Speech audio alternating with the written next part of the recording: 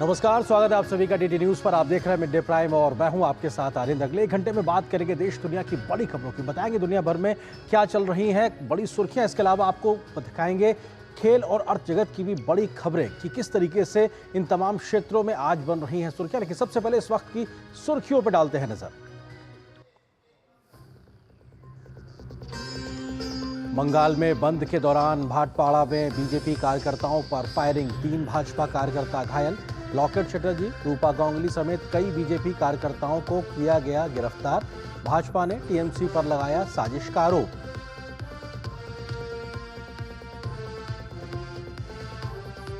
पश्चिम बंगाल में बीजेपी बंद का व्यापक असर, कई जगहों पर बीजेपी कार्यकर्ताओं का प्रदर्शन जारी। रेल और सड़क यातायात प्रभावित। बंद पर टीएमसी सरकार के रवैये पर केंद्रीय मंत्री सुकांत मजूमदार का निशाना। बंगाल में लोकतंत्र की हत्या का लगाया आरोप। केंद्रीय मंत्री राजीव रंजन सिंह ने भी कहा, पश्चिम बंगाल में अराजकता का माहौल।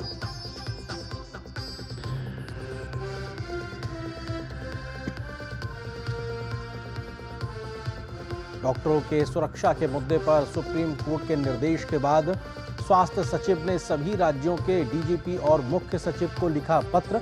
अस्पताल परिसर में सुरक्षा पेट्रोलिंग और 24 घंटे सिक्योरिटी कंट्रोल रूम समेत तत्काल कई एहतियाती कदम उठाने के दिए गए निर्देश।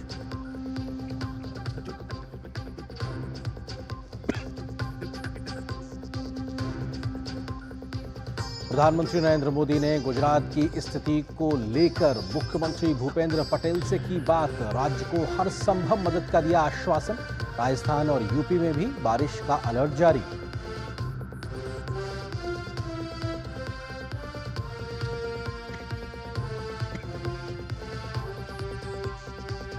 प्रधानमंत्री जन धन योजना के गौरवशाली 10 वर्ष पूरे होने पर पीएम मोदी ने दी लाभार्थियों को शुभकामनाएं। कहा, जन धन योजना से गरीबों को आर्थिक रूप से सशक्त बनाने और सम्मान के साथ जीवन जीने का मिला अवसर।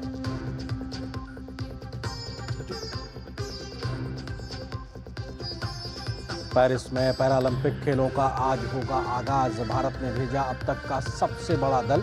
12 खेलों में भारत के 84 खिलाड़ी दिखाएंगे अपना दमखम।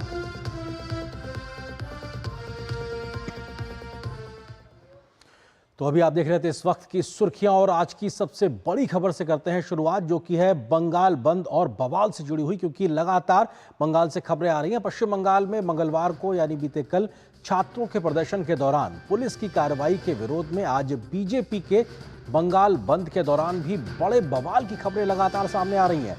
भाटपाड़ा में बंद के दौरान टीएमसी के कथित गुंडों ने भाजपा नेता प्रिगांशु पांडे समेत 2 कार्यकर्ताओं पर 6 राउंड फायरिंग की है। इसमें एक भाजपा कार्यकर्ता गंभीर रूप से घायल हो गया है। घायल कार्यकर्ताओं को अस्पताल में भर्ती कराया गया है। तो वहीं इस दौरान उत्तर 24 परगना के भाटपाड़ा में जिस जगह पर बीजेपी नेता प्रिगांशु पांडे पर हमला हुआ था, उसके पास से पुलिस ने खाली बम के खोल भी बरामद किए हैं। तो ये लगातार तस्वीरें आप देख रहे हैं, जहां पे भाटपाड़ा की बात हो, पुरुलिया की बात हो, उत्तर दिनाजपुर की बात हो, या फिर सिलीगुड़ी की बात हो, हावड़ा का हो, या फिर अन्य जगहों की स्थिति, हर जगह बंगाल में इस वक्त स्थिति दिखाई पड़ रही है। और बंद के दौरान भाटपाड़ा में बीजेपी कार्यकर्ताओं पर हमला हुआ है, जिसमें एक तरीके से घायल हुए हैं। ये ब्रेकिंग खबर इस वक्त की दिखाई पड़ रही है। और फायरिंग में बीजेपी के 3 कार्यकर्ता घायल हुए हैं और एक की हालत गंभीर है, जिन्हें अस्पताल में भर्ती कराया गया है। ये तस्वीरें साफ तौर से बयां कर रही हैं। भाटपाड़ा से बम के खोल भी बरामद किए हैं पुलिस ने। तो ये दिखाता है कि किस प्रकार से सिर्फ गोलीबारी नहीं बल्कि बम भी फेंके गए हैं। तो ये टीएमसी के गुंडों पर हमले का सीधे तौर पर आरोप लग रहा है। बीजेपी ने सीधे तौर पर टीएमसी के कथित रूप से गुंडों पर आरोप लगाया है। इस प्रकार की फायरिंग और बमबाजी को लेकर घायल कार्यकर्ताओं को अस्पताल में भर्ती कराया गया, जिनमें से एक की हालत चिंताजनक बताई जा रही है, लेकिन अन्य भी अस्पताल में भर्ती हैं। और पश्चिम बंगाल में बंद के दौरान आज सुबह से ही जबरदस्त हिंसा का माहौल देखने को मिल रहा है। आप देख सकते हैं ये तस्वीर आपके स्क्रीन पर बाईं तरफ, जहां पर एक गोली चलने की आवाज आती है और ये लाल घेरे में आप देख सकते हैं गोली का निशान, और ड्राइविंग सीट पे बैठे हुए व्यक्ति को गोली लगती है और वो घायल हो जाता है। 6 राउंड फायरिंग की बात निकल के आ रही है, जिनमें 3 बीजेपी के कार्यकर्ता घायल हुए हैं।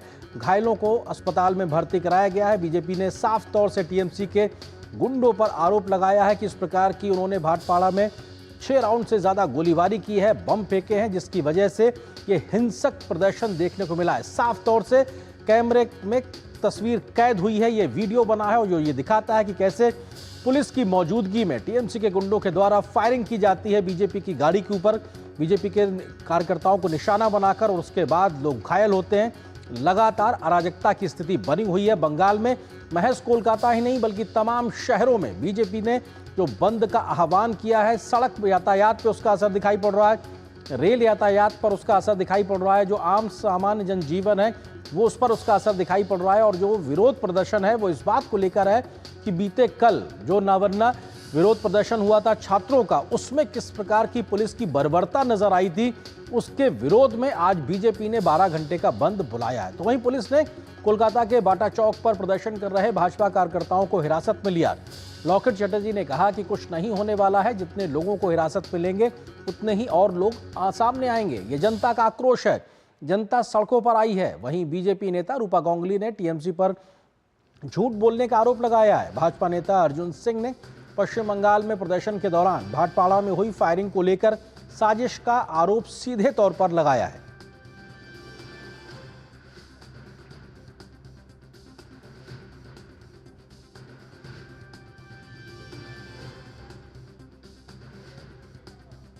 जो कारण के लिए, जो इस मुद्दे के लिए हम लोग रास्ते के ऊपर आए हैं, सब लोग आप देख रहे हैं कि आज के दिन में 10:30 बजे, अभी गाड़ी भी इतना ज्यादा नहीं है, लोग भी नहीं है, जनता इतना ज्यादा नहीं है ऑफिस टाइम में, तो जनता के मुद्दे को ये बंद अंदर से समर्थन कर रहा है, दिल से समर्थन कर रहा है। आप लोग देख रहे हैं, दिल से समर्थन है, जो भी हो, पॉलिटिकल नॉन पॉलिटिकल, जनता मुद्दे को समर्थन कर रहा है। हम लोग जनता के साथ है। पश्चिम बंगाल में लॉ एंड कुछ नहीं है, और एक महिला को जस्टिस नहीं दे पाया, उसके पुलिस छात्रों के ऊपर लाठीचार्ज किया है। लाठीचार्ज के कल जैसे रूप कोलकाता ने देख लिया, पूरा देश ने देख लिया है। ये साबित हो गया है कि ममता बनर्जी महिला को जस्टिस नहीं देंगे, दोषी को बचाने का कोशिश कर रहा है। खाली बस जा रहा है, देखिए प्लीज ये दिखा दीजिए एक बार, दिखा दीजिए एक बार। 4 लोग बैठे पूरे बस में, पूरा बस खाली है। मतलब लोग बोल रहे हैं, ये टीएमसी वाले बोल रहे हैं कि बंद, कुछ नहीं हुआ, लोगों ने माना नहीं, लोगों ने माना नहीं। हाँ, आपको क्या लग रहा है रास्ते में मैं खड़ी हूँ, मैं किसी बस को रोका? आपको दिख रहा है मैंने किसी बस को रोका, किसी ऑटो वाला को रोका? आपने देखा मैंने किसी को इन्फोर्स किया? पुलिस आज की तारीख में इतनी बुरी तरह बर्ताव कर रहे हैं, समझ में नहीं आ रहा है वो उर्दी छोड़ के जब घर जाते हैं तो कैसे जाते हैं। टेंको पांडे हमारे पार्टी के नेता हैं, वो आ रहे थे एंग्लो इंडिया स्टाफ क्वार्टर के सामने, जेटिंग मशीन रास्ते पर खड़ा करके, और जैसे ही गाड़ी पहुंची है बम चलाया गया। बम चलाने के बाद जब गाड़ी नहीं रुकी है तो गोली चलाया गया। गोली ड्राइवर को यहाँ लगा है, उसका डायरेक्ट टेलीकास्ट आपको मिल जाएगा, जैसे वीडियो मिल जाएगा। और वो लगने के बाद वो गिर गया। फिर उसके बाद रवि सिंह को मारा गया, बम और गोली उसको भी लगा है। 7 राउंड गोली चला है, अभी भी गोली का एक पार्टिकल गाड़ी में फंसा हुआ है। ये टोटली एसीपी की उपस्थिति में कराया गया है। कल पुलिस कमिश्नर ने डायरेक्शन दिया था कि भाटपाड़ा जगदल में कोई भी बीजेपी का कर्मी यदि रास्ते पर निकलता है तो उस पर उसको जो करना है करो, हम लोग की तरफ से फ्री है। तो भाजपा के तमाम बड़े नेता जो इस वक्त बंगाल की सड़कों पर हैं, उनकी आपने बात सुनी, वो कैसे बता रहे हैं कि इस वक्त के क्या हालात हैं, और सड़कों पर अराजकता का माहौल टीएमसी की सरकार की ओर से दिखाई पड़ रहा है। तो वहीं केंद्रीय मंत्री राजीव रंजन सिंह ने ममता बनर्जी पर निशाना साधते हुए कहा कि पश्चिम बंगाल में अराजकता का माहौल है। जब मुख्यमंत्री के खिलाफ प्रदर्शन होते हैं तो उसे दबाने की हर प्रकार से कोशिश की जाती है, कोई कोर कसर नहीं छोड़ी जाती। पश्चिम बंगाल में कोई सरकार नाम की चीज नहीं है। वहाँ अराजकता का माहौल है। हम सबों को आश्चर्य होता है कि वहाँ की मुख्यमंत्री महिला हैं, और महिलाओं पर अत्याचार के खिलाफ अगर प्रदर्शन होता है तो वो पानी का बौछार करती हैं, लाठीचार्ज करवाती हैं, टीयर गैस छोड़वाती हैं। तो ये है, और उनको यही भी आप भूल गई कि इसी के बल पर वो सत्ता में आई। तो जो काम पहले सीपीएम के लोग करते थे वही काम अब वो कर रहे हैं। और इस बड़ी खबर पर अधिक बातचीत करने के लिए हमारे दो सहयोगी संवाददाता इस वक्त हमारे साथ में कोलकाता से जुड़ रहे हैं। प्रसन्नजीत बख्शी, इसके अलावा उर्मिलेश हमारे साथ में मौजूद हैं। दोनों ही लगातार बने हैं। अब प्रसन्नजीत, सबसे पहले आपसे, क्योंकि हम आज जो लगातार सुबह से तस्वीरें देख रहे हैं बंद के आह्वान के बाद में एक बार फिर से हिंसक होती बंगाल की सरजमी, और अब तो वीडियो भी है, तस्वीरें भी दिखाई पड़ रही हैं पुलिस की मौजूदगी में कैसे फायरिंग हो रही है और बम फेंके जा रहे हैं। हाँ, देखिए, ये जो तृणमूल कांग्रेस और तृणमूल कांग्रेस की नेत्री ममता बनर्जी, उनकी तरफ से ये आदेश है पुलिस को कि जैसे भी हो स्थिति को ऐसा कर दो कि किसी न किसी तरह रक्त रंजित हो जाए, और जिससे ये आरोप लगा पाए कि बीजेपी ने बंगाल में अशांति फैलाने के लिए, बंगाल की जो स्थिति है उसको गड़बड़ करने के लिए और बंगाल की जो छवि है पूरे देश के सामने उसे बदनाम करने के लिए ये बंद बुलाया। तो इसी के लिए जो कुछ भी फायरिंग हो या पुलिस का इस तरह के बल प्रयोग हो, ये सब कुछ एक सोची समझी रणनीति के तहत तृणमूल कांग्रेस, चीफ मिनिस्टर ममता बनर्जी और पुलिस की तरफ से किया गया है। अब सवाल यह है कि दूसरे तरफ भी तस्वीर है कि किस तरह से लोग अपने आप ही आज, देखिए, ये कोई ममता बनर्जी चीफ मिनिस्टर के खिलाफ आवाज नहीं है, ये आवाज है वो पीड़िता को न्याय दिलाने के लिए जी, जिनकी वो न्याय दिलाने की जगह पे पूरे जो सच्चाई है वो सच्चाई को दबाने की काम की है ममता बनर्जी। जैसे ममता बनर्जी अपराध को क्यों अपने कंधे पर ले लिया, अपराध को कंधे पर लेने का कोई जरूरत नहीं था जी। ऐसे डॉक्टर संदीप घोष किस तरह के इंसान है जिनको प्रोटेक्शन देना इतना जरूरी था। तो ये इसीलिए आज की ये जो बंद है, इस बंद में लोगों ने अपने तरफ से शामिल हुए हैं। बिल्कुल, वो तस्वीरें भी दिखाई पड़ रही हैं। उर्मिलेश हमारे सहयोगी हमारे साथ बने हुए इस खबर पे। उर्मिलेश, हमने कल देखा कि छात्रों का बंगाल में नवन्ना प्रोटेस्ट और उसमें पुलिस की बर्बरता, सैकड़ों छात्र घायल होते हैं, गिरफ्तारी होती है, उनके साथ में बल प्रयोग करती है पुलिस, और उसके विरोध में आज बंगाल बंद, बीजेपी का 12 घंटे का। फिर वही तस्वीरें लगातार, क्या कुछ तस्वीरें आप सुबह से देख रहे हैं, लोगों से बात कर रहे हैं, और बंद का असर कैसा है इस वक्त? आनंद, देखिए, जो कल नवन्ना वाला जो केस हुआ है, जो घटना हुई है, उसके बाद भारतीय जनता पार्टी ने बंगाल बंद का आह्वान किया था, और इस बंगाल बंद के बाद जो असर है वो लगभग पूरे बंगाल के अंदर दिखाई दे रहा है। और खासकर बात की जाए तो कई जगहों पर जो झड़पें हुई हैं, पुलिस के सामने जो है जो फायरिंग की घटना आई है, जो आंसू गैस छोड़ने की बात हुई है, या फिर जो है ये कहा जाए कि एक तरफ से कहीं ना कहीं जो बंगाल की पुलिस है उसकी सह में तमाम जो टीएमसी के लोग थे वो कहीं ना कहीं भारतीय जनता पार्टी या तमाम जो आम आदमी है, क्योंकि देखिए आरिंद्र, अब ये जो मुद्दा है या अब ये जो लड़ाई है ये किसी एक दल की नहीं रह गई है। हालांकि ये भारतीय जनता पार्टी ने बंद का आह्वान किया था, लेकिन इसमें तमाम पश्चिमी बंगाल के लोग जो है शामिल हैं, और यहाँ पर जो है पूर्णतया कहीं ना कहीं बंद दिखाई दे रहा है। कोलकाता में हम लोग इस समय घूम रहे हैं, कई जगहों पर जो है मार्केट बंद दिखाई दे रहा है, और इस जगह पर जहां मैं खड़ा हूं यहाँ अमूमन जो है बहुत ज्यादा ट्रैफिक रहता था, आप मेरे पीछे देख सकते हैं, लेकिन इक्का दुक्का गाड़ी ही यहाँ पर चल रही है। और खासकर जब बंद था तो उस बंद में ये कहा गया था कि इमरजेंसी सेवाओं को छोड़ करके बाकी तरह से पूर्णतः बंद रहेगा। ऐसे ही यहाँ पर दिखाई दे रहा है, इसका असर भी दिखाई दे रहा है। और दूसरी तरफ ये कहा जाए आरिंद्र की, यहाँ पर कोलकाता में जिस तरीके से हमने देखा कि कहीं ना कहीं एक तरफ जहां आम जनमानस सड़क पर है, बंद के साथ सहयोग कर रहा है, या ये कह सकते हैं कि न्याय दिलाने के लिए सड़कों पे उतरा है, वहीं दूसरी तरफ देखा गया कि टीएमसी के जो लोग थे वो लोग जो है हुड़दंग मचाते हुए यानी जबरदस्ती किसी भी तरीके से तनाव पैदा करने की कोशिश कर रहे थे। और जिस तरीके से फायरिंग की घटना हुई, जैसे कि भारतीय जनता पार्टी के नेता भी कह रहे थे आरिंद्र, उन्हीं के सामने ये सब हुआ है। उनके ड्राइवर को लेकर के तमाम जो वहां पे भारतीय जनता पार्टी के जो नेता थे, कार्यकर्ता थे, उनके सामने वो फायरिंग हुई है। दूसरी तरफ अगर बात की जाए जलपाईगुड़ी के, तो वहां पे झड़पें हुई है। उसके बिल्कुल, ये लगातार अलग अलग शहरों से झड़पों की खबर आ रही है। और उर्मिलेश, मैं आता हूं आपके पास में प्रसन्नजीत से, इस बात को एक बात समझते हैं प्रसन्नजीत, क्योंकि दो बातें, एक तो बाटपाड़ा की जो घटना हुई उसमें जो घायल बीजेपी कार्यकर्ता उनका इस समय इलाज चल रहा है, उसको लेकर क्या अपडेट है। दूसरा ये कि बंगाल की सरकार ने सरकारी कर्मचारियों के लिए सीधे तौर पे आदेश दिया कि अगर आज आपने छुट्टी ली तो आपका तनख्वाह काट ली जाएगी। इसके अलावा जो सरकारी परिवहन की व्यवस्थाएं हैं उस पर उन्होंने आदेश दिया कि चाहे आप हेलमेट पहनिए, कुछ भी करिए, लेकिन आपको सड़कों पे आना है। तो ये एक तरीके से इन्फोर्स दिखाई पड़ रहा है सरकार की ओर से किसी भी तरीके से इस बंद को नगण्य करने को लेकर। इन दोनों बातों का अपडेट प्रसन्नजीत। हाँ, पहले तो मैं बता दूं कि जो जिनका स्थिति नाजुक और जिनको अस्पताल में भर्ती कराया गया था, नाजुक है, लेकिन अस्पताल की तरफ से यह बताया जाता है कि हो सकता है कि खतरे से बाहर है। तो ये मैंने एक बीच में किसी जगह पे उनका जितना अच्छा हो सके उनका जो इलाज है, इलाज कराया जा रहा है, पहली बात।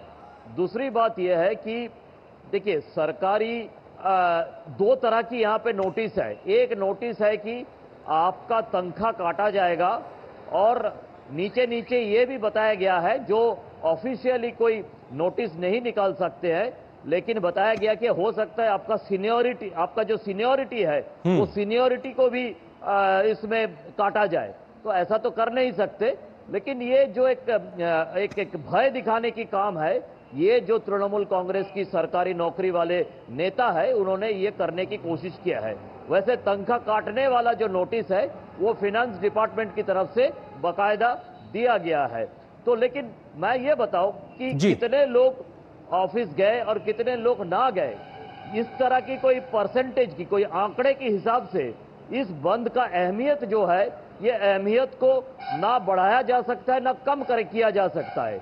आज की बंद की एक ही नारा है कि न्याय के लिए कौन है और अपराध के लिए कौन है। ये ठीक करना जरूरी था, और मेरे ख्याल से आज ये ठीक हो गया है कि बंगाल की जनता न्याय की पक्षधार है।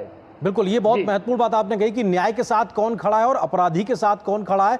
इस बात को लेकर लगातार बंगाल की जनता सड़कों पर उतरी है। आप दोनों हमारे साथ सहयोगी बने रहिए। हम कुछ और रिएक्शंस आ रहे हैं, उसको दिखाते हैं कि आखिर किस प्रकार से इस बंद के बाद में जो केंद्रीय मंत्री सुकांत मजूमदार ने क्या कुछ कहा है बंगाल में इस अराजकता और कानून व्यवस्था के मोर्चे पर, क्या कुछ उन्होंने कहा। आइए आपको पहले वो सुनाते हैं, फिर चर्चा को आगे बढ़ाएंगे। Mamata Banerjee was under so fear psychosis that they are not allowing anyone to protest democratically. It is the question now whether democracy is prevailing in West Bengal or not. That is the big question. I feel democracy is not present here. Central government should take the cognizance of it, and Honorable Governor should send his report to the Home Ministry. Prasannajit, आपके पास एक बार फिर से रुक करेंगे क्योंकि ये बहुत महत्वपूर्ण है। सुकांत मजूमदार कह रहे हैं कि क्या लोकतंत्र बंगाल में बचा है, और राज्यपाल के लिए भी कह रहे हैं कि साहब आप रिपोर्ट भेजिए, और यहाँ पे जो स्थिति है राज्य सरकार की वो तो बड़ा दयनीय है। प्रसन्नजीत, दो बात है। एक तो ये सुकांत मजूमदार ने जो सवाल महामहिम से किए हैं और जो विनती महामहिम से किया है, वो तो महामहिम करेंगे, लेकिन जो देश की नेता प्रतिपक्ष है उनके हिसाब से बंगाल में लोकतंत्र है कि नहीं, ये समझना भी काफी जरूरी हो गया है कि वो जो लाल किताब दिखा कर देश का लोकतंत्र बचाने के लिए पूरा देश घूम रहे थे, या ऐसा लोगों को बता रहे थे कि अगर नरेंद्र मोदी तीसरे बार प्रधानमंत्री बन जाए तो आगे से कोई चुनाव नहीं हो पाएंगे, तो पहले तो वो अपना बंगाल को बचाए। इस बंगाल, अगर उनके लोकतंत्र की जो मैप है उस मैप पे अगर बंगाल है तो कम से कम वो तो ये जो अधीर रंजन चौधरी जो कह रहे हैं उनके समर्थन में तो कुछ कहे, कुछ तो बोले। अधीर रंजन चौधरी यहाँ पे गला फाड़ के स्थिति का बयां कर रहे हैं, और उधर राहुल गांधी लाल किताब दिखा के लोकतंत्र बचा रहा है। इसमें समझना जरूरी है कि क्या स्थिति है बंगाल की, और क्यों इस तरह से सब कुछ हो जाने के बाद भी पूरे देश से, पूरे इंडिया से कोई एक भी किसी का बयान नहीं है कि बंगाल की इस पीड़ित लड़कियों, इनका जो परिवार है, इनके लिए न्याय होनी चाहिए। बिल्कुल, ये बहुत महत्वपूर्ण है क्योंकि बंगाल की पीड़िता के लिए, अभया के लिए पूरा देश आगे है, लेकिन इंडिया अलायंस की ओर से वो मुखरता नजर नहीं आती। हमारे सहयोगी उर्मिलेश हमारे साथ बने हुए। उर्मिलेश, क्योंकि बीते लंबे समय से बंगाल की सड़कों पे अराजकता दिखाई पड़ रही है, ऐसे में सामान्य जो शहरी है वो कैसे अपने जीवन को गुजर बसर करेगा, चाहे वो रोज कमाने वाले मजदूर हों या तमाम लोग हों। अगर कानून व्यवस्था ठीक हो तो ऐसी स्थिति होगी ही क्यों? इसको लेकर आम लोग क्या कह रहे हैं? उर्मिलेश, देखिए आरेंद्र, जिस तरीके से घटना के बीते कई दिन हो गए हैं और अभी तक जो है इस पर जिस तरीके से राज्य सरकार का रुख रहा है उसको लेकर के कहीं न कहीं आम आदमी में गुस्सा है और होना स्वाभाविक भी है, क्योंकि ये जो है कहीं न कहीं एक महिला की अस्मिता के सवाल है और खासकर तब जब इस सूबे की मुख्यमंत्री जो है ममता बनर्जी हो। ऐसे में एक महिला के सूबे के मुख्यमंत्री होने के साथ एक महिला के साथ दुष्कर्म होता है, उसकी हत्या होती है और उसके बाद उसे छुपाने की कोशिश की जाती है, तो यहाँ के आम जनमानस में एक बड़ा रोष भी है आरेंद्र। और दूसरी तरफ एक बात कही जाए कि जहाँ जिनके हाथ में गृह मंत्रालय है, जिनके हाथ में स्वास्थ्य मंत्रालय है, वो इस सूबे की मुख्यमंत्री हैं और उनके रहते हुए तमाम जो लोग हैं वो यहाँ पर सड़कों में जिस तरीके से जो है उतर रहे हैं, खासकर उन्हीं के पार्टी के लोग, तो कहीं ना कहीं ये कहा जा सकता है कि यहाँ पर कानून व्यवस्था की क्या स्थिति होगी इसका अंदाजा लगाया जा सकता है। और दूसरी बात यह भी है आरेंद्र की गृह मंत्रालय हो चाहे यहाँ का स्वास्थ्य मंत्रालय हो, ममता बनर्जी के पास है। ममता बनर्जी खुद सड़कों पर उतरती है जिस तरीके से कि इसमें एक ठोस कार्रवाई होनी चाहिए थी, आम जनता के बीच मैसेज जाना चाहिए था न्याय को लेकर के, वो नहीं दिखा है और लोगों में एक गुस्सा है। और इस तरीके के गुस्से के बावजूद लोग जो है आज इस बंद को जो है अपनी जो है खुला समर्थन दे रहे हैं। ऐसे में कहा जा सकता है कि जो यहाँ पर आम आदमी है, जो रोजमर्रा के जिसको काम होता है, रोजमर्रा की जो है जो दिहाड़ी और मजदूरी करता है, इस तरीके से ममता बनर्जी के जो कह सकते हैं शासन में जो तनाव है, जो जिस तरीके से पुलिस प्रशासन की एक लचर व्यवस्था यहाँ पर दिखाई दे रही है, कहीं ना कहीं वो जो है चिंतित नजर आ रहा है आरेंद्र। बिल्कुल प्रसन्नजीत, क्योंकि हमने देखा कि सत्ता में आने से पहले ममता दीदी का महिला अपराधों के खिलाफ बहुत मुखरता रहती थी और इसी बंगाल ने देखा कि माँ, माटी और मानुष के नाम पर बदलाव की जो बयान उन्होंने एक वादा किया था उस पर विश्वास बंगाल की जनता ने जताया था। लेकिन अब सत्ता के इतने समय बाद आज ममता बनर्जी के महिला अपराध के रुख को लेकर खुद बंगाल की जनता में इतना रोष है, किस तरीके से आप उसको देख रहे हैं और बंगाल की जनता इसको किस तरीके से आगे रख रही है? प्रसन्नजीत, देखिए मुझे पता नहीं आरेंद्र, बांग्ला में एक कहावत है कि जो लंका पहुंचता है वही रावण बन जाते हैं। तो अब पिछले 15 सालों में ममता बनर्जी लंका पहुंची हुई है तो उनको रावण बनने से कोई रोक नहीं पाए। मतलब राक्षस बनना, मतलब इस तरह की तानाशाह बनना, ये ममता बनर्जी अब खूब अपने तरीका से अपना लिए हैं कि रावण कैसे बनना है। एक बात समझ लीजिए कि ये ममता बनर्जी इसी दिन के लिए इंतजार में थी। मेरा पर्सनल एक्सपीरियंस मैं आपको बता रहा हूं जी कि उनका 2011 की पहले ऐसा सोच था कि अगर मेरे हाथ पे एक बार पुलिस आ जाए तो मैं देख लूंगा, मुझे कोई तख्त से पलट नहीं पाएंगे। तो ये जो पर्सनल एक्सपीरियंस है, उस एक्सपीरियंस को मैं अभी महसूस कर पा रहा हूं कि पूरे राज्य में कोई किसी जगह पे तृणमूल कांग्रेस की राज नहीं है, ये पूरी तरह से पुलिस राज है, पुलिस स्टेट बन गया है। यहाँ पे जो थाना का ओसी या आईसी जिसको एसएचओ कहते हैं वो तृणमूल कांग्रेस की ब्लॉक प्रेसिडेंट होते हैं। यहाँ पे जो एसएसपी होते हैं वो तृणमूल कांग्रेस की जिला प्रेसिडेंट होते हैं। तो ऐसी स्थिति में आप कैसे उम्मीद कर सकते हैं कि बंगाल में शांति का स्थिति कायम हो? बिल्कुल, और शांति के बिना स्थिरता नहीं होगी और लोगों के हक हकूक बने नहीं रह पाएंगे और इसलिए ही अराजकता को लेकर लगातार बंगाल में सवाल उठ रहे हैं। आप दोनों सहयोगी हमारे साथ बने रहिए। इस बीच में कुछ और रिएक्शंस बंगाल को लेकर आ रहे हैं। बीजेपी नेता प्रदीप भंडारी ने क्या कुछ कहा है बंगाल की इस पूरी घटना और बंद को लेकर, आइए आपको वो सुनाते हैं। Bandh called in Bengal by the Bharatiya Janata Party represents the call of the people of Bengal. The people of Bengal are tired of tyrant Mamata Banerjee and they are tired of seeing this fascist leader use the might of her entire administration to quell and stop dissent and protest. People of Bengal on the streets have lost faith in Mamata Banerjee. They believe Mamata's administration cannot provide justice to the RG car rape and murder victim. Urmilesh, BJP सीधे तौर पे कह रही है कि ममता बनर्जी से बंगाल की जनता का भरोसा उठ गया है, यानी कि बंगाल की जनता जिसने लगातार 3 बार सत्ता दी है दीदी को, वो अब भरोसा खो चुकी है। ये बीजेपी सीधे तौर पे आरोप लगा रही है। वो ये भी कहती है कि लोकतंत्र बचा नहीं है। राज्य सरकार की स्थिति ऐसी है कि राज्यपाल को कदम उठाना चाहिए। उर्मिलेश जी आरिंदर, देखिए एक बात तो जरूर है कि जब ममता बनर्जी यहाँ पर सत्ता में नहीं थी, उस समय का आपका ममता बनर्जी का जो आंदोलन हुआ करता था, जो बयान हुआ करते थे, उन बयानों पे तमाम हमारे दर्शक जानते हैं कि किस तरीके की प्रतिक्रिया यहाँ पर ममता बनर्जी करती थी।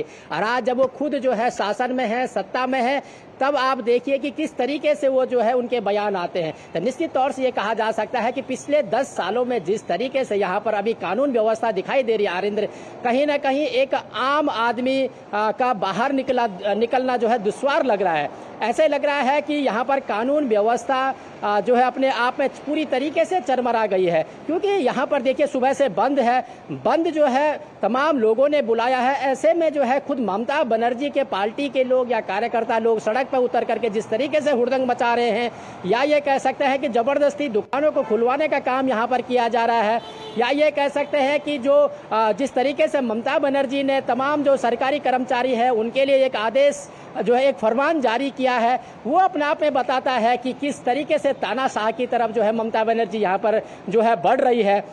साथ ही देखिए आरिंद्र की एक महिला है, एक महिला होने के नाते कहीं ना कहीं एक बड़ा सवाल तो ये खड़ा होता है कि महिला में सूबे की मुख्यमंत्री महिला है और महिला के साथ जिस तरीके से जघन्य अपराध यहाँ पर होता है, उससे एक बड़ा प्रश्न चिन्ह जो है ममता बनर्जी पे लगता है। और वो आज जो है सत्ता की बात करे या यहाँ पर जो है कानून व्यवस्था की बात करे, तो आज तमाम जगहों की जो भारत बंद की जो माफ कीजिएगा बंगाल बंद की जो घटनाएं हैं, उन घटनाओं में जिस तरीके से झड़पें हो रही हैं, जिस तरीके से गोली चल रही है, या जिस तरीके से डिडक्ट किया जा, या जिस तरीके से जो है तृणमूल कांग्रेस के जो कार्यकर्ता हैं वो जो है तमाम बंद वालों के साथ जो है कहीं ना कहीं इस तरीके से झड़पें कर रहे हैं, तो उससे कह सकते हैं कि यहाँ पर कानून व्यवस्था के नाम पर जो है बिल्कुल शून्य दिखाई दे रहा है। जहाँ की ममता बनर्जी को इस समय जो है कहीं ना कहीं इसमें जो है न्याय के साथ खड़ा होना चाहिए थे, जन भावनाओं के साथ खड़ा होना चाहता आरिंद्र, वहाँ ममता बनर्जी कहीं ना कहीं अपनी सत्ता को बचाते हुए नजर आ रही है। आरिंद्र,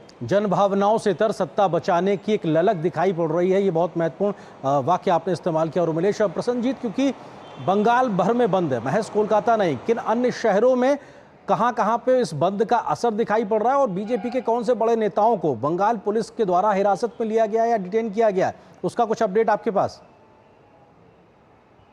हाँ देखिए, जो राज्यसभा की सांसद है श्रमिक भट्टाचार्य, उनको अरेस्ट किया गया और प्रदेश स्तर की जो नेता है उसमें से और एक और जो लोग हैं, नॉर्थ बंगाल में कुछ लोगों को, कुछ नेताओं को गिरफ्तार किया गया। मैं ये कहना चाहूँगा कि उत्तर में अलीपुर द्वार से लेकर या दार्जिलिंग से लेकर दक्षिण में सुंदरबन तक या पश्चिम में पुरुलिया से लेकर बर्धमान तक हर जगह पे आप आश्चर्य हो जाएंगे कि ये जो बंगाल में एक कहावत है कि जो कुछ भी यहाँ पे होता रहता है वो एलिट क्लास के लिए है, भद्रलोक के लिए है।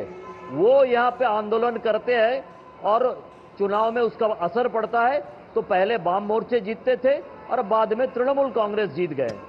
लेकिन मैं आपको बता रहा हूँ कि ये जो 14 तारीख रात को जो सोशल मीडिया में कॉल दिया गया था कि चलिए हम रिक्लेम द नाइट, रात को दखल करते हैं, महिलाओं ने जो कॉल दी थी, ये अगर आप पुरुलिया की किसी दूर गांव में चले जाए जहां पे बिजली भी नहीं है, वहां पे मोमबत्ती लगाकर बच्चे लोगों, लड़की और लड़का, ये सब किसी टीचर के साथ रास्ते पे निकले हुए थे।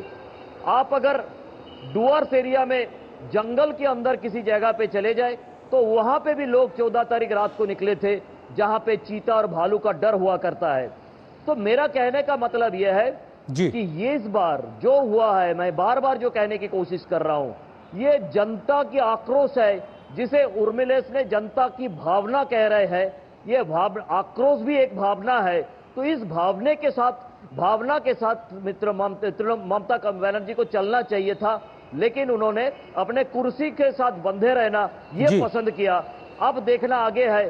देखिए, उनके पास काफी सारे विधायक हैं, 213 के आसपास विधायक है और कुछ विधायकों को उन्होंने बीजेपी से तोड़कर लाए हैं। उनको सरकार से कोई नहीं नीचे खींच सकता है, लेकिन लोगों के भावनाओं के साथ इस तरह की खिलवाड़ करना शायद उनको नहीं था, जरूरी था। बिल्कुल, जनता जनार्दन है, उसकी भावना को सम्मान देना किसी भी राजनेता, किसी भी सत्ता का सबसे जरूरी काम है। उसकी अनदेखी नहीं हो सकती, अन्यथा फिर वो अगर अनदेखी करेगी तो सत्ता कब जाती है पता नहीं लगता है। एक आखिरी सवाल उर्मिलेश आपसे, जो बंद का आह्वान किया गया है इस पे सड़क और रेल यातायात को लेकर किस प्रकार का असर पड़ा है, इसको लेकर कोई अपडेट देना चाहें आप तो उर्मिलेश? जी आरिंद्र, बिल्कुल, जो बंद का आह्वान किया गया है उसमें पूरे बंगाल में इसका असर दिखाई दे रहा है। तमाम जो भारतीय जनता पार्टी के कार्यकर्ता हैं और आम लोग हैं, उन्होंने सुबह से ही जो यहाँ पर रेल थी उसको रोका है। उसके अलावा यहाँ पर जो है जो दुकानें हैं उनको, मार्केट को बंद किया है। वो चाहे तब बात, जैसे कि प्रसन्नजीत कह रहे थे कि क्योंकि हम विगत कई दिनों से यहाँ जो है पश्चिमी बंगाल में घूम रहे हैं आरिंद्र, तो उस हिसाब से हमने देखा कि यहाँ पर चप्पे चप्पे पर लोगों में एक बड़ा आक्रोश है। एक एक आदमी में इस घटना को लेकर के बड़ा आक्रोश है और वो आक्रोश आज दिखाई दिया है जब यहाँ पर बंगाल बंद की बात की गई है। तो हर आदमी इस बंगाल बंद में शरीक हो रहा है और तमाम दुकानों से लेकर के, गाड़ियों से लेकर के और उसके अलावा रेल से लेकर के तमाम चीजें जो बंद है, मार्केट बंद है। और अगर आपने जैसे कि कहा था कि कहाँ इसका असर दिखाई दे रहा है, तो निश्चित तौर से जलपाईगुड़ी, सिलीगुड़ी, 24 परगना, नदिया, कृष्णनगर, तमाम ऐसे इलाके हैं जहां से कि इस बंद का सबसे बड़ा असर देखा जा रहा है। और साथ ही कोलकाता में भी जो है इस बंद का असर देखा जा रहा है आरिंद्र। जी बिल्कुल, बहुत शुक्रिया उर्मिलेश आपका, प्रसन्नजीत आपका इस खबर पर अपडेट देने के लिए। और बहुत ज़रूरी है आप लोग भी इस प्रकार के हिंसक और अराजक माहौल के बीच में अपना ख्याल रखिए। बहुत शुक्रिया अपडेट साझा करने के लिए। और यहाँ पर एक छोटे से ब्रेक का वक्त हो गया, बहुत जल्द वापस आते हैं। मिड डे प्राइम में आपको कुछ और खबरों से रूबरू कराएंगे। बात जब पीढ़ियों के लिए बनने वाले घर की हो तो जिम्मेदारी बड़ी हो जाती है। गैलेंट समझता है ये जिम्मेदारी। अब डबल एम रिब्स के साथ गैलेंट एडवांस TMT रीबार, निर्माण का रियल हीरो। भारत में सालाना हजारों लोग हाथी पांव नाम की बीमारी की चपेट में आकर जीवन भर के लिए अपाहिज हो जाते हैं। हाथी पांव एक मच्छर के काटने से फैलता है। हाथी पांव का कोई इलाज नहीं है। साल में सिर्फ एक बार सरकार द्वारा दी हुई मुफ्त दवाएं खाएं और इस बीमारी से अपने आप को और अपने परिवार को बचाएं। 10 अगस्त को हाथी पांव से बचाव की दवा अवश्य खाएं। अपने आप को और अपने परिवार को इस दर्दनाक बीमारी से बचाएं। भारत सरकार द्वारा जनहित में जारी। और ब्रेक के बाद में अगली खबर आपको दिखाते हैं, वो है डॉक्टरों की सुरक्षा पर मंथन। क्योंकि पूरा मामला कोलकाता में महिला डॉक्टर की सुरक्षा से जुड़ा हुआ था, इसके साथ रेप और हत्या हो गई, तो उसके बाद से लगातार ये पूरा मामला सुर्खियों में बना हुआ है। डॉक्टरों के सुरक्षा के मुद्दे पर सुप्रीम कोर्ट के निर्देश के बाद आज गृह सचिव और स्वास्थ्य सचिव ने सभी राज्यों के DGP और मुख्य सचिव से बात की है। इस बाबत स्वास्थ्य सचिव अपूर्व चंद्रा ने सभी राज्यों के DGP और मुख्य सचिव को पत्र लिखा है। उन्होंने पत्र में डॉक्टरों के वर्क प्लेस पर सुरक्षा सहित तमाम मुद्दों को हल करने के निर्देश दिए हैं। उन्होंने लिखा है कि इस संबंध में कुछ तात्कालिक उपाय हैं जिन पर अमल किया जाए। इसमें स्वास्थ्य कर्मियों की सुरक्षा के लिए राज्य कानूनों और भारतीय न्याय संहिता की प्रासंगिक धाराओं को दंडात्मक जुर्माने के विवरण के साथ अस्पताल परिसर के अंदर स्थानीय भाषा और अंग्रेजी में प्रदर्शित किया जाए। इससे अलावा उचित सुरक्षा उपायों की रणनीति बनाई जाए और उन्हें लागू करने के लिए वरिष्ठ डॉक्टरों और प्रशासनिक अधिकारियों को शामिल किया जाए। साथ ही अस्पताल सुरक्षा समिति और हिंसा रोकथाम समिति का भी गठन किया जाए। मरीज के परिचारकों, रिश्तेदारों के लिए सख्त आगंतुक पास नीति बनाई जाए। विभिन्न ब्लॉक के तहत रेजिडेंट डॉक्टर्स, नर्सेज के सुरक्षित आवागमन की व्यवस्था की जाए। रात की ड्यूटी के दौरान छात्रावास भवन, अस्पताल परिसरों में नियमित सुरक्षा गश्त और परिसर में 24/7 कंट्रोल रूम की व्यवस्था की जाए। साथ ही निकटतम पुलिस स्टेशन के साथ प्रॉपर कनेक्टिविटी भी सुनिश्चित की जाए। इसके अलावा अस्पताल में यौन उत्पीड़न पर आंतरिक समिति का गठन किया जाए। इस पत्र में लिखा गया है कि अस्पताल परिसर के अंदर सभी CCTV कैमरों की स्थिति का जायजा भी लिया जाए ताकि एक सुरक्षित माहौल डॉक्टर्स और अन्य जो स्टाफ है उसको मिल सके वर्क प्लेस पर।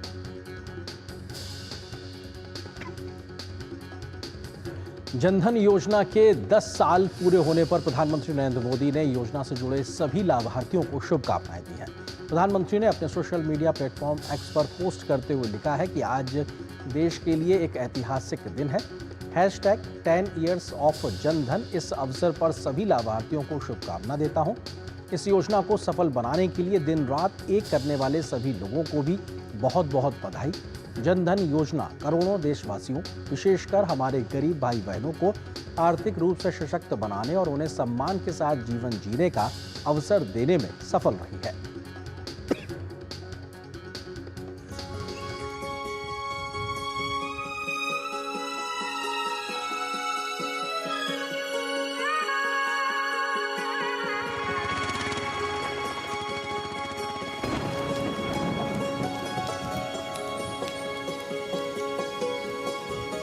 दस साल पहले जो महिलाएं थे थोड़ा सा शर्माती थी बैंक जाने में, लेकिन जब से ये जनधन खाता खुला है या मोदी जी जो खुलवाए हैं, इस कारण से जो जितने भी महिला हैं अपने गर्व से बैंक पहुंचते हैं और पैसा निकालते हैं, या मेरे पास भी आते हैं।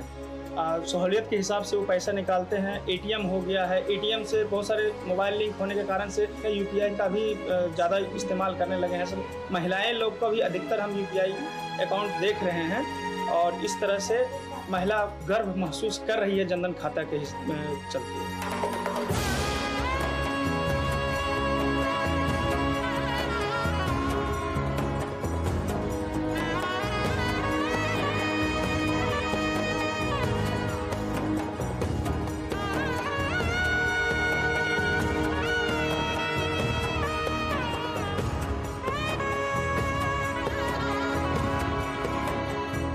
नमस्ते, मेरा नाम तुलसी कुमारी है। मैं राजाडी सिमरिया गांव, जमुई ज़िला और राज्य बिहार से बिलोंग करती हूं। पहले के लोग जो थे वो लड़कियों को काफ़ी नीचे स्तर पर मानते थे कि लड़कियां ये नहीं कर सकती, लड़कियां बैंक नहीं जा सकती या फ़ोन नहीं चला सकती। वो सोचते थे कि वो बाज़ार नहीं जा सकती, बैंक नहीं जा सकती। वो खुद को लड़कियों को नीचा दिखाने की कोशिश करते थे। जनधन योजना शुरुआत जब से हुई है तब से हम खुद का जो है अकाउंट है वो खुलवाए हैं और उसमें अपना सेविंग करते हैं। जैसे हम पशुपालन करते हैं, उसमें बकरियां बेचने पर जो सेविंग्स होती है 2000-3000 वो हम अपने बैंक अकाउंट में जमा करते हैं, सेविंग्स करते हैं। उससे हमारे जो है हमारी हौसला बढ़ी है। हम लड़कियां हैं जो आज भी खुलेआम बाज़ार जाते हैं, बैंक जाते हैं। लोग कहते थे कि लड़कियां फ़ोन नहीं चला सकती, बट अब हम लोग फ़ोन चला सकते हैं लड़कियां। हमारे गांव के 2 कदम दूरी पर ही बैंक है जहां हम एटीएम कार्ड लेकर जाते हैं और ज़रूरत पड़ने पर 200, 500 या 1000 हो, जितना भी हो अपने ज़रूरत के हिसाब से निकाल सकते हैं। नमस्ते, मेरा नाम स्मृति कुमारी, मैं आमीन गांव से, जमुई ज़िला से हूं। मैं पहले 10 साल के पहले मैं कोई खाता वाता के बारे में नहीं जानती थी, अब जानती हूं। थोड़ा बहुत अच्छा हो रहा है। मैं गाय पालती हूं, उसको बेचकर जो पैसा होता है जनधन खाता में जमा करते हैं। 2-3 ठो बच्चा है, उसके लिए 2-4 पैसा जमा भी कर रहे हैं और जब ज़रूरत लगता है तो हम उसको निकालते भी हैं। पहले तो बैंक दूर रहता था, लेकिन अब जहाँ मन करता है वहीं हम फिंगर लगा के निकाल लेते हैं और जमा भी कर देते हैं, कोई भी दुकान।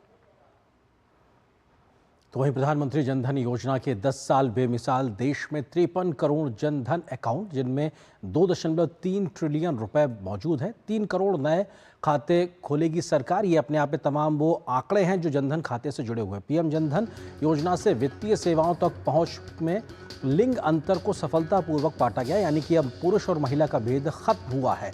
यानी वित्तीय समावेशन पुरुष और महिलाओं के साथ समान रूप से आगे बढ़ा है। इस योजना के अंतर्गत महिलाओं की बैंकों में जमा राशि 2019 में 25% से बढ़कर वित्त वर्ष 2023 में 30% हो गई है, यानी 5% का इजाफा हुआ है।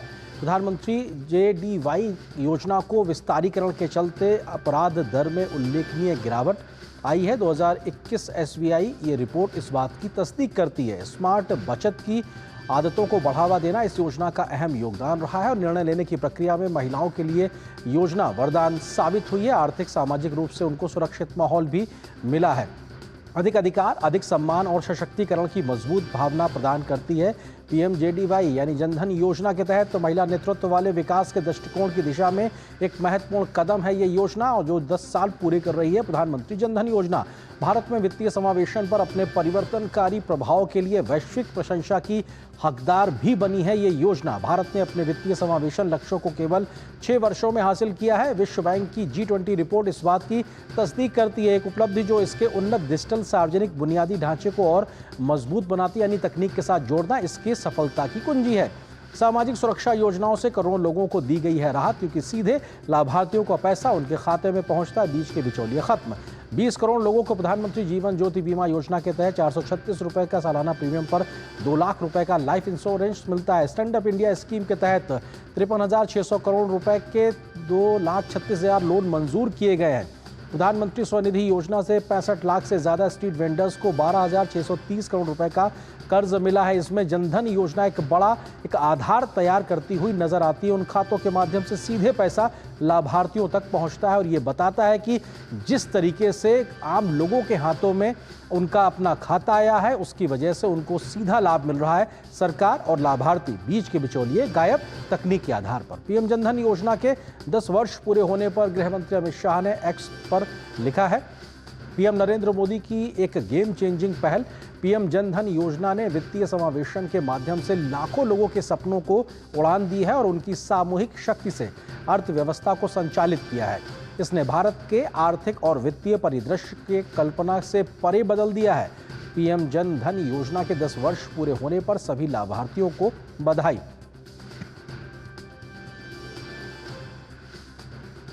वहीं सरकार का लक्ष्य चालू वित्त वर्ष के दौरान 3 करोड़ से अधिक प्रधानमंत्री जनधन योजना खाते का खोलना है। वित्त मंत्री निर्मला सीतारमण ने कहा है, पीएमजेडीवाई दुनिया की सबसे बड़ी वित्तीय समावेशन पहलों में से एक है। मार्च 2015 में प्रति खाते में औसत बैंक बैलेंस 1,065 रुपए था, जो अब बढ़कर 4,352 रुपए हो गया है। करीब 80% खाते सक्रिय हैं। वित्त मंत्री ने बताया कि मनरेगा वेतन से लेकर उज्ज्वला योजना सब्सिडी और कोविड-19 के दौरान आम लोगों को पैसा मुहैया कराने तक इस योजना ने मोदी सरकार की सफलता में बड़ी भूमिका निभाई है। आज 10 साल बाद इन खातों में आम लोगों के अरबों रुपए जमा हो चुके हैं। उन्होंने बताया है कि इस योजना में जीरो बैलेंस खातों की अनुमति है और केवल 8.4% खातों में जीरो बैलेंस है, यानी कि ये लगभग 92% से ज्यादा खातों में पैसे हैं जिनमें जीरो बैलेंस नहीं है।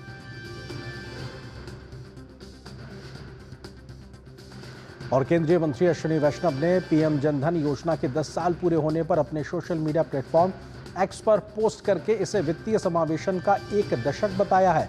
उन्होंने कहा कि एक दशक में भारत में यूरोपीय संघ की जनसंख्या से ज्यादा जनधन खाते खोले गए हैं। गौरतलब है कि 10 वर्षों के पीएम जनधन योजना के तहत 53 करोड़ से अधिक जनधन खाते खोले गए और जिनमें 2.31 लाख करोड़ रुपए जमा किए गए हैं।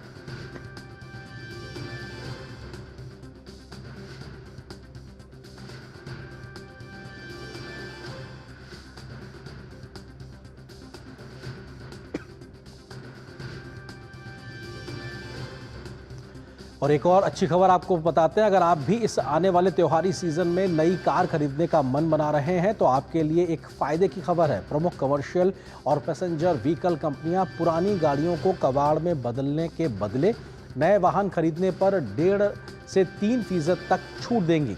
केंद्रीय सड़क परिवहन एवं राजमार्ग मंत्री नितिन गडकरी के साथ एक बैठक में वाहन विनिर्माताओं ने यह सहमति जताई है। बयान में कहा गया है कि यह पहल देश में संसाधनों के अनुकूल उपयोग वाली अर्थव्यवस्था को गति देने और स्वच्छ, सुरक्षित और अधिक कुशल वाहनों के उपयोग को बढ़ावा देने की दिशा में एक महत्वपूर्ण कदम है।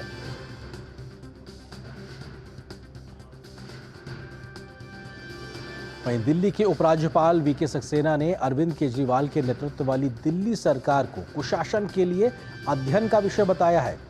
एक अंग्रेजी के एक अखबार में वीके सक्सेना द्वारा एक लेख में कहा गया है कि दिल्ली सरकार में मंत्रालयों के बीच सामंजस्य की कमी है और वो एक दूसरे के प्रति शत्रु जैसा व्यवहार करते हैं। दिल्ली के मुख्यमंत्री अरविंद केजरीवाल न्यायिक हिरासत में हैं और नागरिकों को बंधक बना लिया गया है। ये आत्मनिरीक्षण और सुधार का सही समय है। उपराज्यपाल ने लिखा है कि टोक्यो के बाद दिल्ली दुनिया का दूसरा सबसे अधिक आबादी वाला शहर बन गया है। इस मानसून में हुए जल भराव से नेताओं को सबक लेने की जरूरत है। दिल्ली में दुनिया की तीसरी सबसे खराब वायु गुणवत्ता है। दिल्ली की स्थिति खराब होने के कारण आसपास के शहरों गुरुग्राम, नोएडा और ग्रेटर नोएडा को फायदा मिला है। कॉरपोरेट क्षेत्र महंगी रियल एस्टेट के बावजूद भी इन शहरों में अपने कार्यालय स्थापित करना पसंद करते हैं। उन्होंने लिखा है कि शहर में जलापूर्ति की स्रोत यमुना नदी एक खुले सीवर जैसी बन गई है। चुनी हुई सरकार जिम्मेदारी से बचती है और बहाना ढूंढती है। यदि पानी की आपूर्ति कम होती है तो इसके लिए हरियाणा को दोषी ठहराया जाता है। बाढ़ के लिए पहाड़ और खराब वायु गुणवत्ता के लिए हरियाणा को दोषी बताया जाता है। अगर कोई और बहाना दिमाग में नहीं आता है तो खराब अफसरों की पोस्टिंग का दोष उपराज्यपाल पर मढ़ दिया जाता है। राष्ट्रीय राजधानी के रूप में दिल्ली को भारतीय संविधान में एक विशेष दर्जा प्राप्त है। निर्वाचित सरकार और केंद्र का प्रतिनिधित्व करने वाले उपराज्यपाल की राजनीतिक आकांक्षाओं के बीच हमेशा कुछ हद तक तनाव रहा है। विकास के हित में एक स्वस्थ सहमति से मुख्यमंत्री और उपराज्यपाल के बीच संबंधों को परिभाषित किया गया है। दिल्ली में कहीं ना कहीं यह लोकतांत्रिक समझौता टूट गया है। उपराज्यपाल ने तमाम चीजों का जिक्र किया है।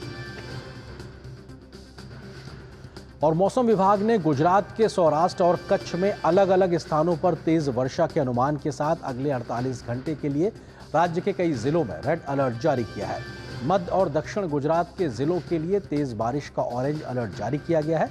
विभाग ने अहमदाबाद, वडोदरा समेत कई जिलों के लिए अचानक बाढ़ के खतरे की चेतावनी भी जारी की है। राज्य में राहत और बचाव अभियान जारी है। निचले इलाकों में रहने वाले 23,000 से अधिक लोगों को सुरक्षित स्थानों पर पहुंचाया गया है और 16,000 से अधिक लोगों को बचाया गया है। इस बीच पिछले 24 घंटे के दौरान गुजरात में बड़े पैमाने पर बारिश हुई। मोरबी समेत राज्य के ज्यादातर डैम में पानी का स्तर काफी बढ़ गया है। मोरबी में 10 जलाशयों में पानी ऊपर तक भर गया है। मच्छू डैम में 2.5 लाख क्यूसेक पानी की आवक होने के कारण बांध के 38 में से 30 गेट को खोल दिया गया है। वहीं मोरबी कच्छ नेशनल हाईवे पर पानी भरने से यातायात आवागमन बंद हो गया है। बाढ़ की वजह से मोरबी मालिया के नमक उद्योग, खेती और रेलवे को भारी नुकसान पहुंचा है। सुरक्षा के मद्देनजर शाला और जाहेर में स्कूल और कॉलेज बंद कर दिए गए हैं। केंद्र सरकार ने बचाव और आपदा प्रबंधन के लिए सेना बुलाई है। सैनिकों की टुकड़ियां देवभूमि, द्वारका, आनंद, वडोदरा, खेड़ा, मोरबी और राजकोट जिलों में तैनात की गई हैं। बचाव कार्यों के लिए राज्य भर में राष्ट्रीय आपदा मोचन बल एनडीआरएफ की 14 टीमें और राज्य आपदा बल मोचन बल की एसडीआरएफ की 22 टीमें तैनात की गई हैं। सरदार सरोवर नर्मदा बांध में भी पानी का स्तर भंडारण क्षमता के 87% तक पहुंच गया है। बांध से अतिरिक्त पानी छोड़ा जा रहा है। राज्य के अन्य 76 बांध लगभग 100%, जबकि 40 बांध 70 से 100% तक भर चुके हैं। इसके अतिरिक्त 96 बांध हाई अलर्ट पर हैं। राज्य में इस बार बारिश औसत से 99% से अधिक हो रही है। सबसे अधिक 117 मिलीमीटर वर्षा कच्छ में और 108 मिलीमीटर वर्षा दक्षिण गुजरात में दर्ज की गई है। इस बीच मौसम विभाग ने मछुआरों को 30 अगस्त तक समुद्र में न जाने की सलाह दी है। मांडवी कांडला बंदरगाह पर खतरे का संकेत लगा दिया गया है। प्रधानमंत्री नरेंद्र मोदी ने गुजरात की स्थिति को लेकर वहां के मुख्यमंत्री भूपेंद्र पटेल से फोन पर चर्चा की है। गुजरात के सीएम भूपेंद्र पटेल ने ट्वीट करते हुए बताया कि गुजरात में भारी बारिश की स्थिति के बारे में मुझसे फोन पर बात की और राहत एवं बचाव कार्यों की प्रधानमंत्री ने जानकारी ली है। उन्होंने नागरिकों के जीवन और पशुधन की सुरक्षा के बारे में मार्गदर्शन प्रदान किया। साथ ही गुजरात को केंद्र सरकार की ओर से सभी आवश्यक सहायता प्रदान करने का आश्वासन दिया है। गृह मंत्रालय के संयुक्त सचिव बीसी जोशी के नेतृत्व में एक अंतर मंत्रालयी केंद्रीय दल बाढ़ की विनाशकारी स्थिति का जायजा लेने के लिए आज त्रिपुरा का दौरा करेगा। इस दल में कृषि, वित्त, जल शक्ति, ग्रामीण विकास तथा सड़क परिवहन और राजमार्ग मंत्रालय के अधिकारी शामिल हैं। त्रिपुरा के राजस्व सचिव ब्रजेश पांडे ने बताया कि बाढ़ से प्रभावित 72,000 से अधिक लोगों ने राज्य के 492 राहत शिविरों में शरण ली है। इनमें से 50,000 से अधिक लोगों ने गोमती जिले में लगाए गए अस्थायी शिविरों में शरण ली है। जिला प्रशासन इन शिविरों में खाना, पेयजल, चिकित्सा सुविधाओं सहित राहत सामग्री का वितरण कर रहा है। उधर राजस्थान के मौसम विज्ञान केंद्र ने जयपुर द्वारा अलवर और बीकानेर, धौलपुर, भरतपुर, जयपुर, अजमेर सहित कई अन्य जिलों में तेज बारिश के साथ का येलो अलर्ट जारी किया है। इसके साथ ही उदयपुर और जोधपुर संभाग में तेज हवाओं के साथ मध्यम से भारी बारिश होने की संभावना जताई गई है। पूर्वी राजस्थान में सितंबर के पहले सप्ताह तक भारी बारिश की संभावना भी बनी हुई है। दक्षिणी राजस्थान में बना डीप डिप्रेशन तंत्र गुजरात के उत्तरी हिस्सों में पहुंच गया है, जिसके अगले 48 घंटों में सौराष्ट्र और कच्छ क्षेत्र की ओर बढ़ने की संभावना है। तो अपने आप में ये दिखाता है कि किस प्रकार से राजस्थान में भी तमाम अलग अलग संभागों में स्थिति कहीं ना कहीं एक तरीके से खराब बनी हुई है और कई जगहों पर येलो अलर्ट भी बारिश का जारी किया गया है। डीप डिप्रेशन जो बना है वो सौराष्ट्र की ओर, कच्छ की ओर बढ़ रहा है, जिसका असर राजस्थान तक हो सकता है। जयपुर का जो मौसम विज्ञान विभाग है उसने कई राज्यों के लिए भारी बारिश का अलर्ट जारी किया है। ऐसे में तमाम जगहों पर संबंधित प्रिकॉशनरी जो स्टेप्स हैं वो भी लिए गए हैं। आगे बढ़ते हैं और देखते हैं अब खेल जगत की खबरों में आज क्या है बड़ी खबर। और खेल जगत की खबरों के लिए हमारे साथ मौजूद है हमारे सहयोगी गौरव। गौरव, क्या कुछ बड़ी खबरें अगर खेल के मैदान की बात की जाए तो? शुक्रिया अरिंद। और खेलों की खबरों की शुरुआत करेंगे पेरिस पैरालंपिक की खबरों के साथ। जी हां, पेरिस पैरालंपिक खेलों की आज से शुरुआत होने जा रही है। 28 अगस्त से 8 सितंबर तक आयोजित होने वाले पैरालंपिक खेलों में दुनिया भर के 4000 से ज्यादा एथलीट पदक स्पर्धाओं में हिस्सा लेते दिखाई देंगे। भारत इस बार के पैरालंपिक में 84 खिलाड़ियों का दल भेज रहा है, जो पैरालंपिक खेलों के इतिहास में देश का अब तक का सबसे बड़ा दल है। उद्घाटन समारोह में भाला फेंक खिलाड़ी सुमित अंतिल और शॉटपुट खिलाड़ी भाग्यश्री जाधव भारत के संयुक्त ध्वजवाहक होंगे। खेल प्रेमियों की नजर अब पेरिस पैरालंपिक पर टिकी हुई है। पैरालंपिक खेल 28 अगस्त से 8 सितंबर तक पेरिस में आयोजित होंगे। भारत पेरिस पैरालंपिक में पैरालंपिक खेलों के इतिहास में अपना अब तक का सबसे बड़ा 84 खिलाड़ियों का दल भेज रहा है। टोक्यो पैरालंपिक में भारत ने 54 खिलाड़ियों का दल भेजा था, जिसमें 14 महिलाएं थी। पेरिस पैरालंपिक में भारत 84 खिलाड़ियों का दल भेज रहा है, जिसमें 32 महिलाएं हैं। इस बार पैरासाइक्लिंग, पैरा रोइंग और ब्लाइंड जूडो 3 नए खेल रहेंगे, जिनमें भारतीय खिलाड़ी हिस्सा लेंगे। इस तरह भारत इस बार कुल 12 खेलों में हिस्सा लेगा। पेरिस पैरालंपिक में कुल 22 खेलों का आयोजन किया जाएगा। टोक्यो पैरालंपिक में भारत ने अपना सर्वश्रेष्ठ प्रदर्शन करते हुए कुल 19 पदक जीतने में कामयाबी पाई थी। इनमें 5 स्वर्ण, 8 रजत और 6 कांस्य पदक शामिल थे। बहुत बड़ा दल है ये, क्योंकि पिछली बार हम 56 के आसपास गए थे। मैं इतना कहना चाहता हूं कि हमारे खिलाड़ी निराश नहीं करेंगे, बहुत शानदार परफॉर्मेंस देंगे। और मैंने मंच के माध्यम से भी बोला था कि 25 से ज़्यादा पदक जीतेंगे हम। टॉप 20 कंट्रियों में आएंगे मेडल टैली में। पदक के दावेदारों की बात करें तो अवनी लेखरा पैरालंपिक खेलों में स्वर्ण पदक जीतने वाली पहली भारतीय महिला खिलाड़ी बनी थी। अवनी पेरिस पैरालंपिक में भी हिस्सा ले रही हैं। मैं 3 इवेंट में पार्टिसिपेट कर रही हूँ इस बार, तो उसी के लिए कोशिश रहेगी कि मैं अपना बेस्ट दूँ वहाँ जाके। 2 10 मीटर एयर राइफल के इवेंट हैं और एक 50 मीटर 3 पोजीशन। तो कोशिश तो यही रहेगी कि मैं तीनों इवेंट्स में अपना बेस्ट दूँ और कंट्री के लिए मेडल लाऊँ। होपफुली लेट्स सी उस दिन क्या होता है। 2 बार के विश्व चैंपियन और टोक्यो के गोल्ड मेडलिस्ट सुमित अंतिल से एक बार फिर जैवलिन थ्रो में स्वर्ण पदक की उम्मीद रहेगी। इस चीज़ का प्रेशर नहीं ले रहे हम कि हमें वर्ल्ड रिकॉर्ड करके ही आना है। फर्स्ट हमारा गोल्ड मेडल को डिफेंड करना रहेगा कि हाँ गोल्ड मेडल के साथ में आए। बाई चांस अगर जो मेरा अच्छा दिन हुआ तो कोशिश करेंगे कि वर्ल्ड रिकॉर्ड भी करके आए वहाँ पे। भाविना पटेल ने टोक्यो पैरालंपिक में टेबल टेनिस में भारत के लिए पैरालंपिक में पहला पदक जीता था और वे एक बार फिर महिला एकल और महिला युगल में पदक की चुनौती पेश करती नजर आएंगी। हरविंदर सिंह तीरंदाजी में पैरालंपिक में पदक जीतने वाले पहले भारतीय बने थे और एक बार फिर उनसे पदक की उम्मीद है। हरविंदर इंडिविजुअल रिकर्व ओपन और मिक्स टीम रिकर्व ओपन में हिस्सा लेंगे। पेरिस ओलंपिक की तरह ही पेरिस पैरालंपिक में भी लैंगिक समानता पर जोर रहेगा। उद्घाटन समारोह में भाग्यश्री जाधव और सुमित अंतिल भारत के ध्वजवाहक होंगे। Bhagyashree Jadhav shot put F34 category में भारत का प्रतिनिधित्व करेंगी। वे विभिन्न प्रतियोगिताओं में भारत का प्रतिनिधित्व कर चुकी हैं। उन्होंने 2022 के एशियन पैरा गेम्स में रजत पदक जीता था। वहीं टोक्यो पैरालंपिक गेम्स में वे 7वें स्थान पर रही थीं। वहीं सुमित अंतिल ने टोक्यो पैरालंपिक में विश्व रिकॉर्ड के साथ जैवलिन थ्रो की F64 कैटेगरी में स्वर्ण पदक जीता था। सुमित ने 2023 की विश्व पैरा एथलेटिक्स चैंपियनशिप और 2022 के एशियन पैरा गेम्स में भी स्वर्ण पदक जीता था। Sports desk, DD news. तो टोक्यो पैरालंपिक में 1 स्वर्ण और 1 कांस्य पदक जीतने वाली पैरा निशानेबाज अवनी लेखरा एक बार फिर से तैयार है देश के लिए खेलों की सबसे बड़ी प्रतियोगिता में पदक जीतने के लिए। अवनी पेरिस में आज से शुरू होने जा रहे पैरालंपिक में भारत के लिए पदक की सबसे बड़ी दावेदार हैं। इस बार वो 3 स्पर्धाओं में हिस्सा ले रही हैं और उन्हें पूरी उम्मीद है कि वो पदक जीतने में जरूर कामयाब होंगी। Last time also I said that I'm going there for the experience.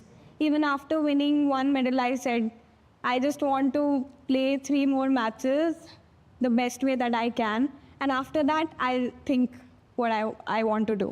So now also if I'm going there, I just want to go. This time I'm competing in 3 events, so I just want to go there and I just want to live that moment. DD news से खास बातचीत में अवनी ने अपनी सफलता का श्रेय परिवार द्वारा मिल रहे सपोर्ट को दिया। उन्होंने कहा कि परिवार के ही कहने पर उन्होंने निशानेबाजी को चुना और उनके समर्थन से ही आज दूसरी बार पैरालंपिक में वो हिस्सा ले रही हैं। ऑब्वियसली मेरी फैमिली का तो बहुत बड़ा सपोर्ट रहा है, स्पेशली माय पेरेंट्स। मेरी मम्मा she is also a working women, but उन्होंने अपना जॉब को साइड में रखा just to make my career. Even before I was not serious for shooting, उनका ऐसे था कि नहीं इसको किसी स्पोर्ट में डालना है, just to distract me from the accident and stuff. तो फिर जब मैंने स्टार्ट किया तभी भी she was with me from my first match from the regional games till the Paralympic games. उन्होंने वो ये सारे मैचेस में वो मेरे साथ रही हैं। और पैरालंपिक के बाद अब बात कर लेते हैं हॉकी की, जहां एशियन चैंपियंस ट्रॉफी हॉकी प्रतियोगिता के लिए भारत ने अपने 18 सदस्यीय दल का ऐलान कर दिया है। टीम की कमान हरमनप्रीत सिंह के हाथों में है, जबकि विवेक सागर उप कप्तानी का जिम्मा संभालेंगे। भारतीय टीम इस टूर्नामेंट की गत विजेता है। भारतीय टीम अपने अभियान का आगाज मेजबान चीन के खिलाफ खेलकर करेगी। एशियन चैंपियंस ट्रॉफी की शुरुआत 8 सितंबर से होगी और ये प्रतियोगिता 17 सितंबर तक चलेगी। तो आरिंद, ये थी खेल जगत से जुड़ी हुई तमाम बड़ी खबरें, और जहां पर सबसे बड़ी खबर यही है कि आज से पैरालंपिक खेलों की शुरुआत होने जा रही है। बिल्कुल, इस बड़ी खबर पे हम सभी देशवासियों की नज़र भी रहेगी कि आखिर कैसे देश की तमाम जो दल गया है 84 खिलाड़ियों का, वो एक तरीके से पदक तालिका में भी भारत के तिरंगे का मान सम्मान आगे बढ़ता नजर आएगा। शुक्रिया गौरव, हमारे साथ इन तमाम खबरों को साझा करने के लिए। तो इन्हीं खबरों के साथ मिड डे प्राइम के आज के अंक में बस इतना, लेकिन DD न्यूज़ पर खबरों का सफर लगातार जारी है। नमस्कार।